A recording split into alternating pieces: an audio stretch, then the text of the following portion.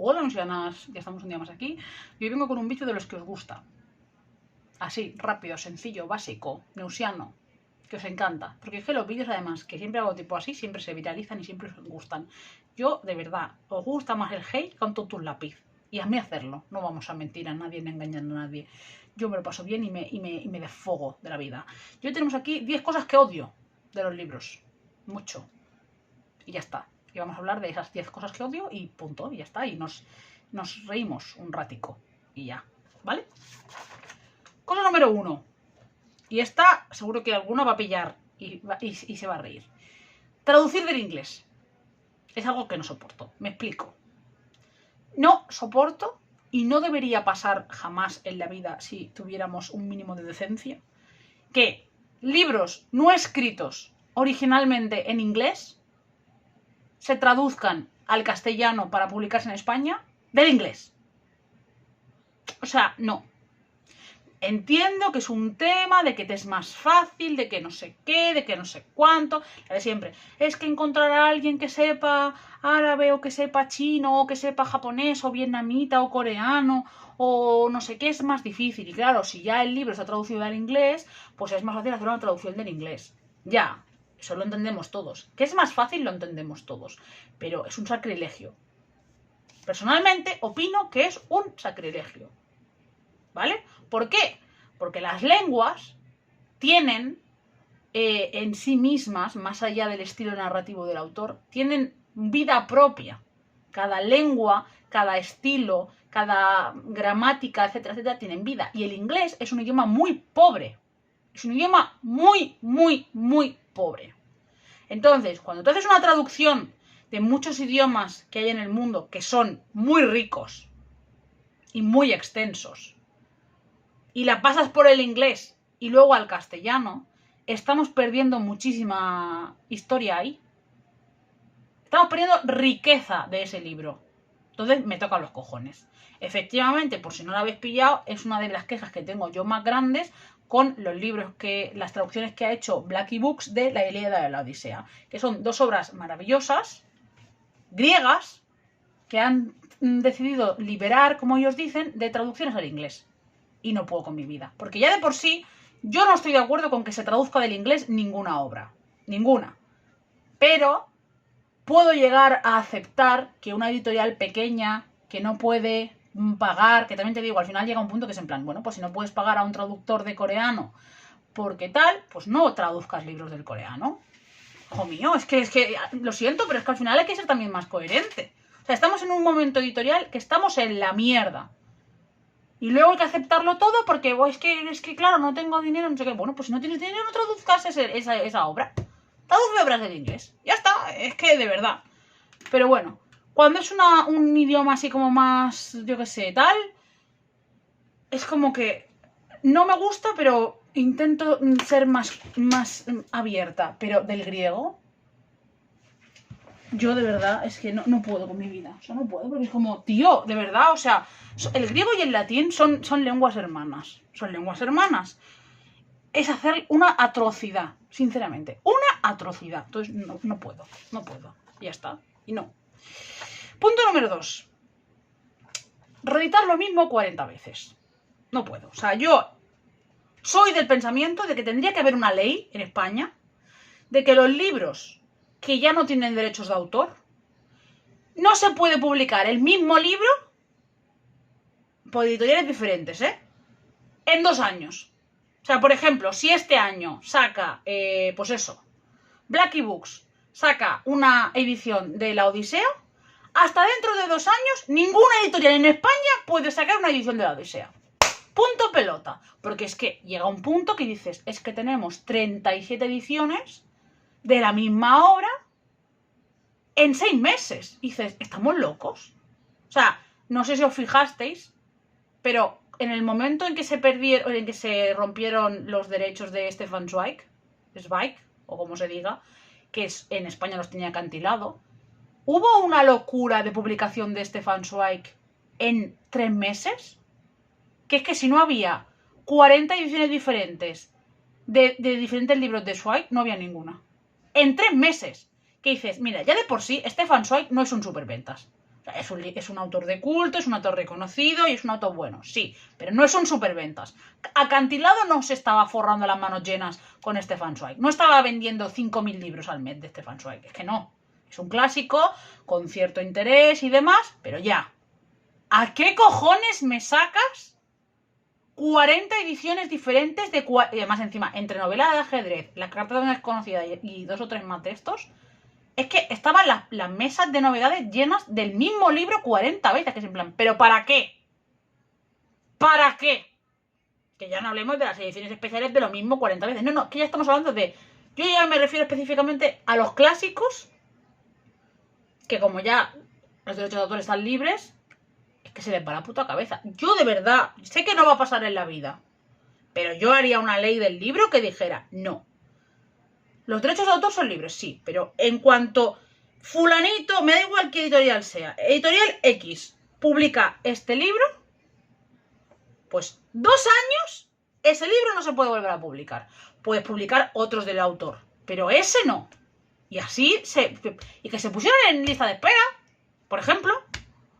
No, es que yo quiero hacer una edición coleccionista de no sé qué obra, vale, pues te pones en espera. Mira, a partir del 3 de marzo de 2026 la puedes publicar. Y no se muere nadie. No se muere nadie. O sea, estamos en un momento histórico en el que se están publicando 90.000 libros al año. 90.000. Es una absoluta barbaridad. Y os queréis poner a hacer ediciones de lo mismo una y otra vez. Es inhumano. Es inhumano y vergonzoso. Y ya está bien. Es que yo además con estos libros me irrito. Pues bueno, esta es típica, voy a decir lo que sabe todo el mundo, pero a mí me pone muy nerviosa, que es que los libros los publiquen con la portada de la serie o la película. A ver, editoriales, de verdad, a los lectores, porque es que se os olvida algo muy importante que le pasa mucho a las editoriales. La gente que te va a comprar el libro es en un 80-90% lector, para el 10% fan de la película, la serie, ¿vale? Deja de poner portadas de series libros para llamarle la atención a los frikis de las series y los libros, y las pelis. Porque en general el friki de las series y las pelis no se va a comprar el libro, ¿vale? O sea, de toda la gente, de todos los millones que se han visto Bridgerton, ¿cuánta gente se ha comprado los libros? Porcentaje nimio. Pero es que además de esa gente que se ha comprado los libros, más de la mitad ya eran lectoras habituales y muchas además de románticas, simplemente han descubierto los Bridgerton ahora. Nadie necesita una portada de la puta mierda de la serie o de la película, de verdad. Nadie lo necesita. Y al menos si lo vas a hacer, que sea como hizo Titania, que por una vez lo hizo bien, que eran sobrecubiertas, que las podías quitar. Pero es que hay otros muchos libros que no son sobrecubiertas. Y no nos gustan. A los lectores no nos gustan las portadas de series o películas. No nos gustan. Dejadnos en paz. Y los que nos gastamos el dinero somos nosotros. ¿Verdad que tú no le pones la portada del libro a ninguna película o serie? Nunca jamás en la vida. Pues ¿por qué lo haces al revés? Esta idea absurda de marketing de que si le pones la portada de la serie o de la peli se va a vender más, es mentira. ¡Es mentira! De verdad. No. Dejad de hacerlo. Punto número 4. Esta también es una realidad y lo sabe todo el mundo, pero yo lo voy a seguir diciendo. Cambios de la edición a media serie. ¿Qué dices? A ver. Si tú me estás publicando este libro de esta manera, ¿no? En este formato, este tamaño, de esta manera, con este tipo de lomo, ¿qué haces? O sea, ¿qué haces? ¿Por qué ahora de repente es 2 dedos más pequeño? O directamente, ¿por qué ahora de repente es pequeño? Literal, es que yo tengo libros que es que dejaron de hacer la tapa grande y se lo hicieron tapa bolsillo. Y tú dices, ¿qué cojones está pasando aquí? O sea, si estás publicando en grande, ¿por qué ahora de repente solo publicas en bolsillo? Y luego, que esa es la más gorda, pero la típica es de, no, es que los primeros 3 libros son así y luego de repente los 2 siguientes son un dedo más pequeños. Que es como... No se cambia de formato en medio de una serie. Y si puede ser todos los libros de tu colección, de tu sello y del autor que sean iguales, también estaría bien. Porque muchas veces cuando te compran libros de la misma editorial que no son iguales, que es en plan... ¿Por qué? O sea, una cosa que yo valoro mucho de, yo que sé, de Alma, por ejemplo, ilustrados, o de Duerme Vela, es que juraría, si no me equivoco, o los de Versátil, juraría que los libros siempre suelen ser del tamaño. Que bueno, de Versátil, estoy pensando. Bueno, sí, los nuevos sí. Pero los antiguos con los nuevos no son iguales. Sí que es verdad que han cambiado, pero es verdad que, claro, han sido las reediciones. Pero... Joder, qué cuesta. Es que decir, a ver, por favor, los lectores tenemos librerías en casa, tenemos bibliotecas en casa, por favor. Queremos poner los libros y que queden medianamente parejitos. No es tan difícil. Y además es ahorro de espacio. Que somos pobres, ¿vale? Que el 90% de la gente que es tu cliente son obreros. Un poquito de consideración. 5.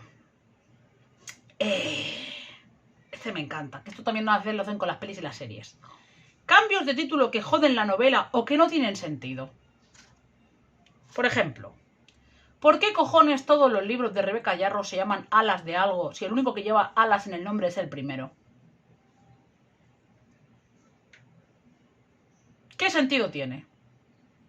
Quiero decir, el tercero me parece que se llama Tormenta de Onix y en castellano se va a llamar Alas de Onix. ¿Por qué?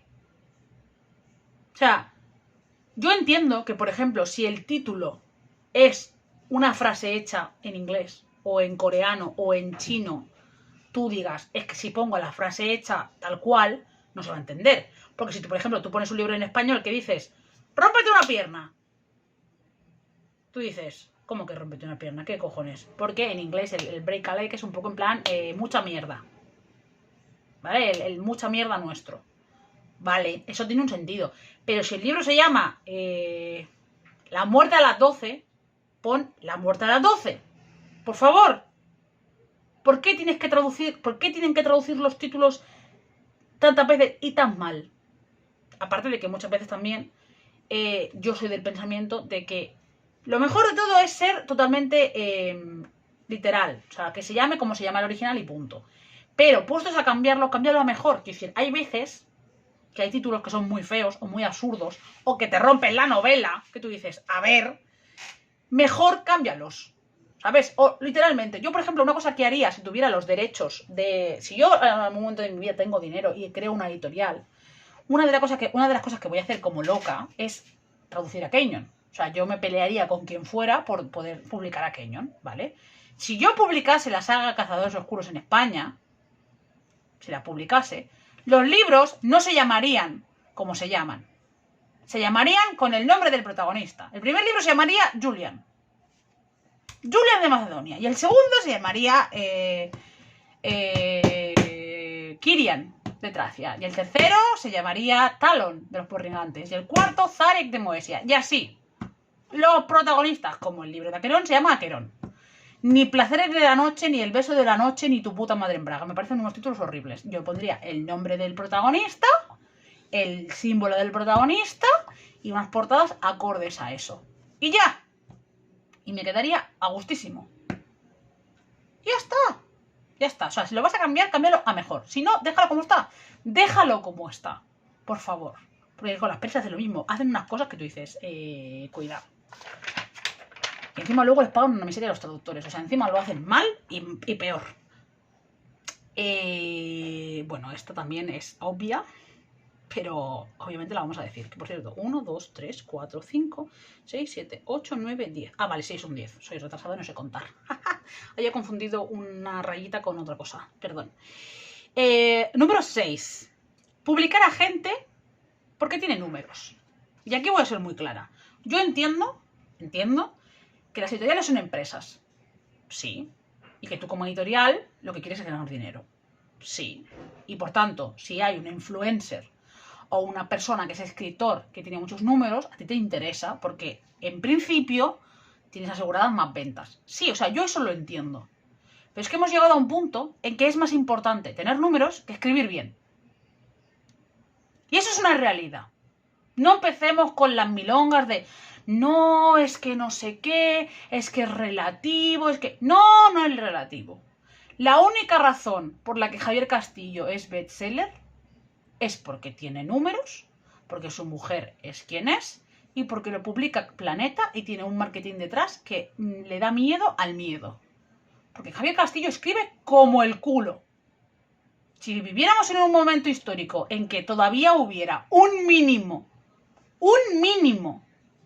de rigor en cuanto a publicación, Javier Castillo no hubiera podido publicar un libro en España en la vida. En la vida. Y es así. Es así. Pero estamos en un momento histórico en el que los libros tengan calidad y cumplan unos mínimos, da igual. Importa más el marketing, quién eres y cuántos numeritos tienes en redes sociales. Y así nos va. Aparte de que como se tiene que publicar muchísimo para formar parte de todo este bucle absurdo y que con lo que publicas este mes pagas las deudas del mes anterior y los libros que has tenido que quemar porque no se han vendido, pues claro, llegamos a un punto en que hay que publicar de todo, hay que publicar de todo. Venga, hay que publicar, hay que publicar, hay que publicar, hay que publicar. Y así nos va. Y se publica basura. O sea, ya de por sí hay, y yo siempre lo he defendido y lo defenderé, ya de por sí hay literatura basura. Entendiéndose la literatura basura como la comida basura. Que es libros que tienen una calidad mediocre, que son simplemente por entretenimiento y ocio momentáneo y ya. Novelitas de pasar el rato. De todos los tipos, de todos los géneros. No estoy hablando de ningún género concreto, estoy hablando en general. Y de esas hay un montón. Eso es una cosa. Y luego hay basura que se publica, que es literalmente libros que si hubiera alguien al mando diciendo tiene que tener un mínimo, eso no habría salido a la luz en la vida. Es más, editoriales pequeñas que están ahí, que sí que se preocupan de que publican, ese tipo de manuscritos les llegan y dicen, ni de coña. Esto no ve la luz ni aunque me paguen 1 millón. Así. Porque además hoy en día todavía hay sellos, incluso dentro de las grandes editoriales, que tienen cierto valor, digamos, en el mercado literario, que no se van a atrever a publicar según qué con su sello. Te lo va a publicar Rita, ¿no? La prima. Porque en mi sello no, porque entonces devalúas el sello. Y así nos va. Siguiente. Esta también es un poco que telita marinera. Tipografías que no se leen, que no se entienden, que no tienen nada que ver con el libro, que modifican o empeoran la lectura. Mira, de verdad, un libro, por encima de todo lo demás, que además de esto me he peleado yo con gente por internet, porque la gente no entiende lo que significa las comparativas. Pero bueno, un libro, por encima de todo, o sea, lo más importante de un libro es que se lea bien. ¿Vale? O sea, para empezar, obviamente, lo más importante de un libro es el libro en sí. La historia, etc. Por tanto, lo más importante es que esté corregido, que no tenga erratas y demás. Obviamente lo primero. Y lo segundo, que se lea bien. Que el tipo de tipografía que se ha elegido se lea bien. Y no solo se lea bien por la tipografía, sino el interlineado, los bordes, etcétera, etcétera, etcétera. O sea, la lectura tiene que ser agradable, tiene que ser fácil. Entonces, con todo este boom que ha habido de muchas veces en los libros de querer poner que si conversaciones de WhatsApp, que si capturas de no sé qué, que si 2 o 3 personajes que hablan diferente, que si ahora quiero que parezca que está escrito a mano. Eso está muy bien y hoy en día, gracias a Dios, los programas informáticos que hay y las tipografías que hay hoy en día, eso lo permiten. Pero lo tienes que hacer bien. Lo tienes que hacer bien. Y muchas veces no se hace bien. Y un libro, más allá de que pueda ser un objeto de coleccionista y que sea muy importante cómo está hecho y que las portadas vendan más y no sé qué, tiene que leerse bien. tiene que ser legible perfectamente. Y no estoy hablando ya de los libros con letra grande para la gente que no ve bien, etcétera, etcétera. No, estoy hablando para el común de los lectores. Para cualquier persona normal sin problemas de vista, se tiene que leer bien. Y yo me he encontrado libros que no se leían bien y que las tipografías impedían la lectura. Y eso es una basura. Para mí eso es un problema tan grave como que un libro no esté justificado, no tenga buen interlineado o tenga faltas de ortografía. Y es algo que me da la sensación de que mucha gente no se da cuenta y que influye mucho. Es que incluso hay tipografías que ayudan a la lectura, aparte de cosas básicas como por ejemplo que los diálogos estén bien separados. Hay muchas veces hay fallos graves en libros porque no están bien separados los diálogos, no están bien separados y no están bien puntuados cuando se acaba de hablar, todo eso. Y eso es que dificulta la lectura. A mí a veces me saca del libro cuando empiezo a leer y están mal puestos. Entonces, pues, por favor, claro, también te digo, eso es mucho más difícil que se pueda cumplir 100% cuando estamos en un momento histórico en el que se está pagando una puta miseria a los traductores, a los correctores, y que a veces incluso se prescinde de correctores, etcétera, etcétera, etcétera. Luego nos sorprendemos. Esto también es una cosa que yo haría por ley. Dejar sagas a medias que están terminadas en el idioma original. O en castellano por los autores, me da igual. Si tú te comprometes como editorial a sacar una saga, tendrían que firmar un papel de tienes que sacar la saga entera. Primero, porque es lo mínimo que le debes a tus lectores. Y segundo, porque muchas veces la milonga esta de no, es que eso no se puede hacer, porque claro, tú imagínate que sale el primero y no se vende lo suficiente y no sé qué, y luego tienes que obligar a la editorial a sacarlo, y luego acaban perdiendo mucho dinero y no es justo y no sé qué.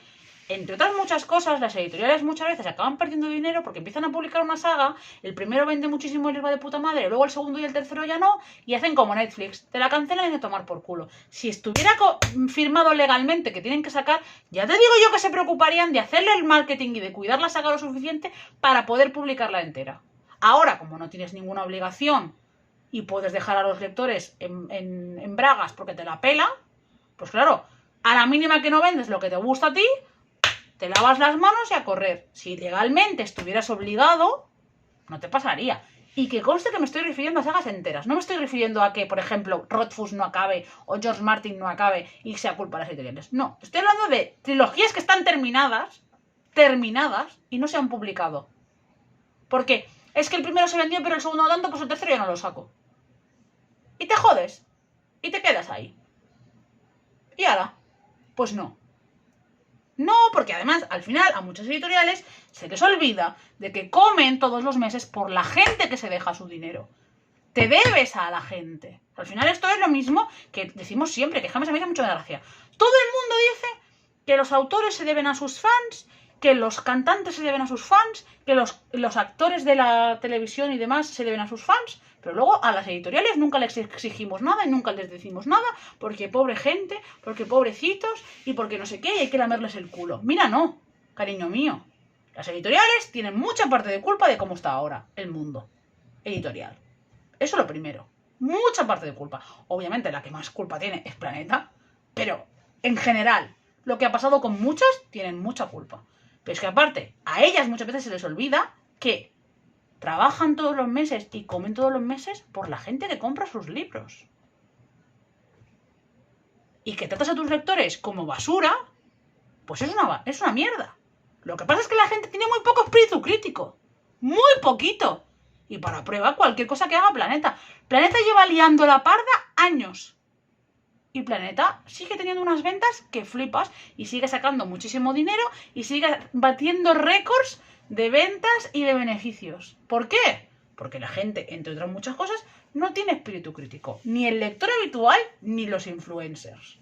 Porque todo el mundo quiere llevarse bien con Planeta para que Planeta te invite, para que Planeta te haga, para que Planeta no sé qué y demás.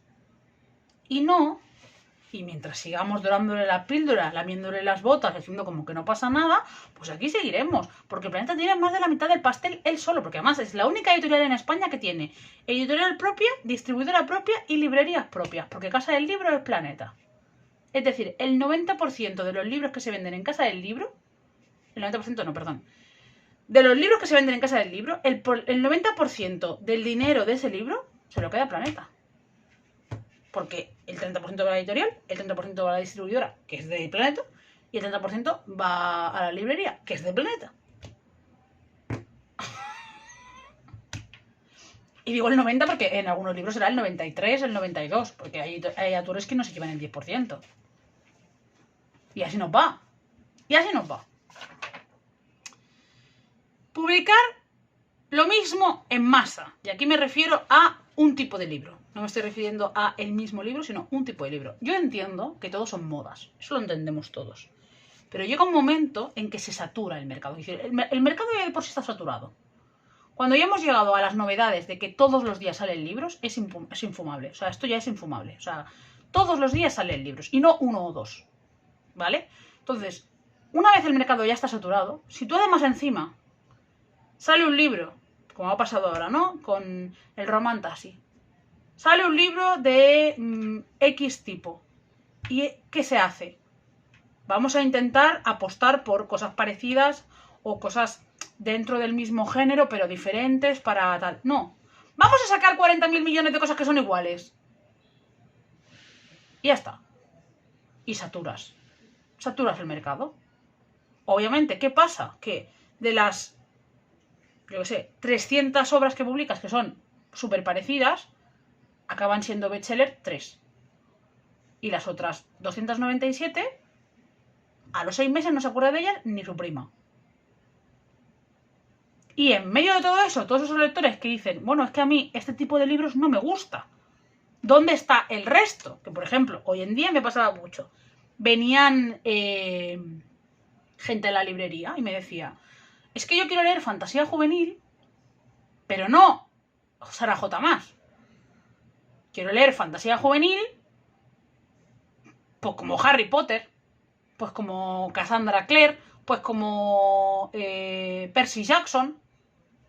Una fantasía juvenil no tan centrada en el romance, que bueno, Cassandra Clare sí es romance, pero entiendo que es el world building más potente. Pero más en plan que los protagonistas sean gente de 12, 14, 16 años, en mundos fantásticos, ya sean fantasía urbana o ya sean mundo fantástico total, más de aventuras, más de tal.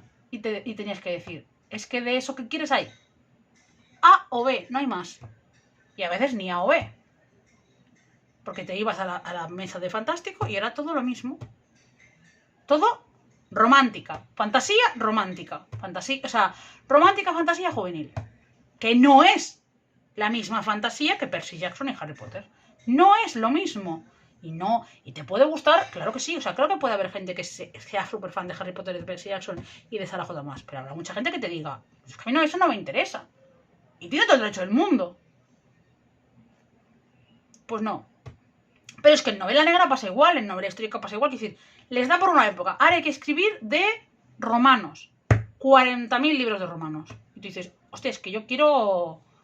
Que a ver, al contrario, ahora romanos no había mucho, posteguillo y no mucho más. Pero es que yo no quiero romanos, es que yo quiero leer siglo XIX. Pues siglo XIX no hay. Y en verdad no es cierto que no haya libros del siglo XIX. Es que los dos mastodontes P y P se ponen a publicar lo mismo y claro, entre las editoriales pequeñas que muchas no llegan. Porque claro, ¿cuánta gente tenéis cerca de vosotros, de vuestra casa y demás, una librería generalista que tenga más o menos de todo, que la mitad de su catálogo o más no sea Penguin y Planeta? Porque yo es verdad que no soy la persona más fan ni la persona que más va a librerías a Barcelona, las cosas como son, pero he ido de vez en cuando. E incluso las librerías más independientes, que son súper guays, que son muy no sé qué, que la gente siempre se las está sacando, como la Central, la Finestas o tal, la mitad de su catálogo más son Penguin y Planeta. No es que estén haciendo algo que digas, mira, no, es que me voy a saltar todo y voy a quitar a las dos grandes y voy a apostar full por otras editoriales. No es verdad. Es decir, obviamente tienen otras editoriales, no te digo que no las tengan. Pero la mayoría de su catálogo, ¿qué son? Pues los dos gigantes, que son los que se quedan en el 90% del pastel. Entonces, si esos dos deciden que se publica sobre X tema, pues se publica sobre X tema. Y a veces no hay más. Y te jodes. Como cuando se ponen de moda los pantalones de tiro bajo y tú no quieres pantalones de tiro bajo, pues te jodes. Hasta que se quiten de moda. Ya está. Y esta también he tenido muchas veces bronca con esto, pero para mí esto tendría que ser por ley. O sea, esto también es por ley. Yo creo que por ley tendría que estar, y esta ya no es en plan ni de ley de España, tendría que ser una ley universal. No se pueden publicar libros que atenten contra los derechos humanos o que mientan, literalmente. O sea, es que no entiendo el punto de, no, es que la libertad de publicación, es que no sé qué, claro que tiene que haber libertad de publicación. Pero yo sigo sin entender cómo puede ser que en este país se puedan editar libros que sean cómo curar la homosexualidad. O sea, que tú me digas, no, mira, es que he encontrado este libro que es de 1954. Y tú dices, vale. No, es que estoy hablando de libros publicados antes de ayer. En 2024. O sea, ¿cómo puede ser que en 2024 se permita que tú publiques un libro que sea cómo curar la homosexualidad? O sea, la OMS hace ya muchos años que reconoció ya no solo que ser homosexual no es una enfermedad, es que ser trans tampoco. ¿Vale? Ya se han reconocido que no son patologías, que no son cosas psicológicas, etcétera, etcétera, etcétera.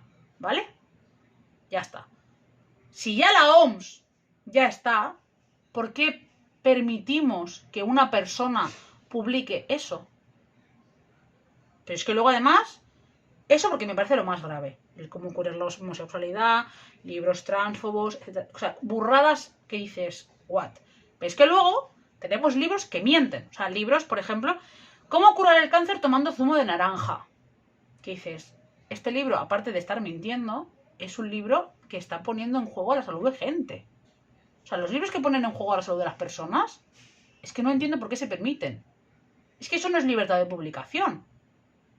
Sinceramente.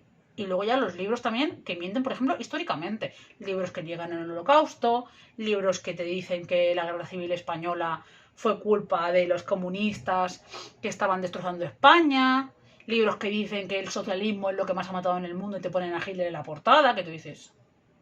Es que además, es algo que me encanta, porque además siempre te lo dicen, siempre sale algún facha diciéndote, es que a ver, si es que los nazis que eran socialistas, y lo dice su nombre, ya, y el pollo, el repollo dos veces pollo. ¿Verdad que sí? Y el Partido Popular se llama Partido Popular porque es súper popular. De las clases bajas, ¿verdad que sí? No, que alguien tenga puesto socialista en el título no tiene nada que ver. Los nazis se llamaban Partido Nacional Socialista porque les salió del nabo, no porque fueron socialistas. No hay nada en su programa que fuera socialista. No era un partido socialista, era un partido fascista. De extrema derecha. Es que no. Es que parece mentira. Y que hoy en día se permita que se publiquen mentiras. Porque es que además, esto es lo típico de, bueno, mentiras para ti. No, mentiras para mí no, que son hechos históricos. Que es que no estamos hablando de que yo me queje de que publiquen un libro donde se estén metiendo con Pedro Sánchez. No. Te estoy hablando de libros que se publican diariamente, que atentan contra la salud pública, que atentan contra los derechos humanos y que mienten. Que mienten. Y es que es vergonzoso. Es vergonzoso, pero claro, esto tendría que ponerse a la vez de que no se puedan publicar noticias que mienten, atentan contra los derechos humanos y contra la salud pública. Y se hace. Y eso es lo que hay que cambiar. O sea, tú cuando estudias periodismo, aparte del código deontológico, lo que te enseñan es que tú no tienes que darle voz a todo el mundo por igual. Tú lo que tienes que hacer es contar la verdad. Porque los medios de comunicación se crean como cuarto poder, para controlar a los otros tres, para decirle a la gente lo que está pasando. Entonces, como se dice siempre, si hay una persona diciendo que llueve y otra persona diciendo que no llueve, tu deber como periodista no es decir A dice que llueve, B dice que no llueve. Es abrir la puta ventana y ver si llueve o no. Y si llueve, lo que tienes que decir es que A dice la verdad y B miente. ¿Vale? En democracia, lo que está bien no es hacer una milonga de que es que todo el mundo tiene que tener voz. No, eso no es demócrata. Ni eso es hacer bien tu trabajo. Hacer bien tu trabajo es decir la verdad. Y si hay un político que está mintiendo, es decir que está mintiendo. Como hacía Silvio Enchorrondo cuando le contestaba a este y le decía, no, es que lo que usted está diciendo es mentira. Es que los datos que usted está sacando son mentira. Eso es lo que tiene que hacer un periodista. Es lo que tiene que hacer. O sea, el periodista tiene que confrontar. Y, por ejemplo, en el periodismo deportivo se nota mucho que ya no se hace. Cuando tú vas a... que luego dicen, claro, es que los jugadores, que es lo que ha pasado siempre, ya se ha convertido todo en una patochada, porque era lo que decían de, no, es que los jugadores ya no quieren que no sé quién y no sé cuánto vaya porque les preguntaban cosas que no querían, ¿qué tal? Es que yo como periodista no te tengo que caer bien, ni te tengo que preguntar lo que tú quieres. Tengo que preguntarte lo que es de recibo. Y si tú, por ejemplo, has jugado como el culo, te tengo que decir, has jugado como el culo. ¿Qué tienes que decir? ¿Qué ha pasado? ¿Cuál es la explicación? Y si no te gusta que te pregunte esto, pues tienes todo el derecho del mundo a no contestar o a decirme, es una mierda. Pero es que yo no te tengo que caer bien. No tengo que ser complaciente contigo. Y ese es uno de los grandes problemas, por ejemplo, del periodismo deportivo, yo que me he dedicado a ello.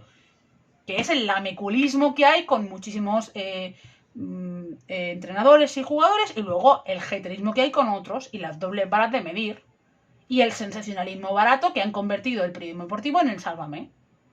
Y ya está. Y se habla de cualquier cosa menos de lo deportivo.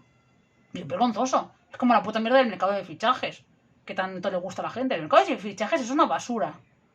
Y la milonga esta de que, no, es que es mi trabajo. No, no es tu trabajo. Realmente, periodísticamente hablando, tu trabajo no es estar dando por culo en el mercado de fichajes, inventándote bulos de a ver si caen o no. Tu trabajo es simple y llanamente, cuando se haga oficial algo, decir, se ha hecho oficial, este equipo ha fichado a este. Ya está. Ya está. Lo que pasa es que ya la gente ya no quiere periodismo, quiere sensacionalismo. Quiere tripas, sangre, mierdas y polladas. Y además los medios de comunicación, como tienen que comer, pues han acabado vendiéndose al mejor postor. Y así nos va, porque el mejor postor siempre va a ser la derecha. Siempre. El mejor postor siempre va a ser la derecha. Entonces, estamos en la mierda. Y nada, estas son las 10 cosas que no me gustan.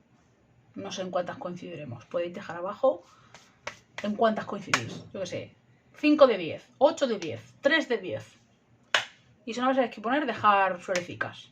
Y nada, que os quiero mucho, que ahora sí que hace más calor. Voy a por agua.